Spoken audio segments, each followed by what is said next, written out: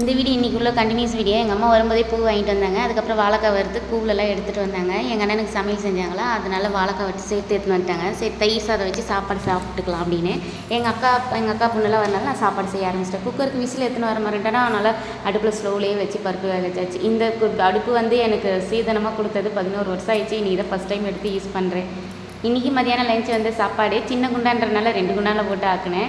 அதுக்கப்புறம் எங்கள் அம்மா எடுத்துன்னு அந்த கூழ், வாழைக்காய் வறுவல், அப்புறம் பருப்பு கடைஞ்சிருக்கேன். அதுக்கப்புறமா ரசம், அதுக்கப்புறம் பொட்டேட்டோ இருந்ததா உருளைக்கிழங்கு, அதை போட்டு ஃப்ரை பண்ணியாச்சு. இன்றைக்கி இதுதான் ஸ்பெஷல் மதியானம் லஞ்சு.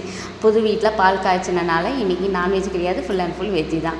அப்புறம் குட்டிக்கு வந்து அவங்க அம்மா சாப்பாடு ஊட்டிவிட்டாங்க. நல்லா ஜாலியாக விளையாடினே சாப்பிட்டு முடிச்சுட்டு அதுக்கப்புறம் அதுலேருந்து குதிச்சு விளையாண்டாங்க. 1 2 3 4 5ன்னு சொல்லி குதிச்சு ஜாலியாக விளையாடிட்டு இருந்தாங்க. ஜாலியாக இருந்தது.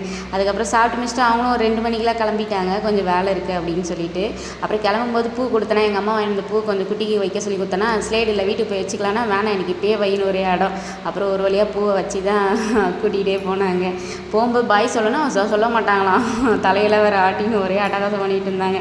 அவங்க இருக்கிற வரைக்கும் டைம் போனதே தெரில. நல்லா ஜாலியாக இருந்தது. அவங்க கிளம்புனதுக்கப்புறம் வீடியோ விரிச்சோன்னு மாதிரி ஆயிடுச்சு.